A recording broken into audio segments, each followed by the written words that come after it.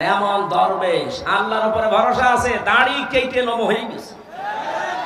ভরসা আছে আল্লাহর উপরে। রসুলের গলায় ছুরি দিয়েছে, আপনার গলায় ছুরি দেবে এক হাত। দাড়ি কেটে ফেলা মানে রসুলের গলায় ছুরি দেওয়া। এই কথা বলেন না কেন? যে লোকটা নিজে বাঁচার জন্য আল্লাহর রসুলকে জবাই করতে পারে, ও নিজে বাঁচার জন্য আপনাকে জবাই করবে এক হাত। এরপরও যদি এখনো সাফাই গান সালেমের পক্ষে কিছু মানুষ এখনো পর্যন্ত সাহস দিচ্ছে সালেমকে যে আপা পাশে থাকেন, চট করে ঢুকে পড়বে। আপনি চট করে আসবেন, আমরা ফট করে আয়না ঘরে ঢুকে দেব। নিজে বানিয়েছেন, নিজে এবার টের পাবেন। আবু জাহেল নবীর জন্য একটা কুয়া খুঁড়েছিল, নিচে কুয়ায় পড়ে মরিস। আমার মনে হয় এর কপালেও তাই আছে।